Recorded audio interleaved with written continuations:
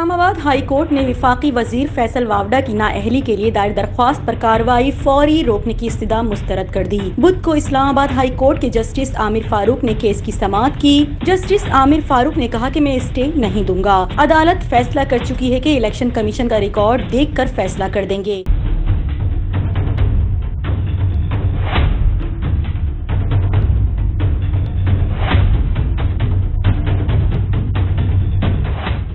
अदालत ने फैसल वावडा के वकील से इस्तफसार किया कि क्या आपने जवाब जमा करवा दिया है। विफाकी वजीर फैसल वावडा के जवाब जमा न कराने पर अदालत ने इजहारे बरहमी किया और कहा कि जब अदालत ने वाज़ेह हुक्म दिया था कि जवाब जमा कराएं तो क्यों नहीं कराया। जस्टिस आमिर फारूक ने कहा कि अदालत के साथ छुपन छुपाई का खेल ना खेला जाए। इन चीजों से कोई फायदा नहीं होता।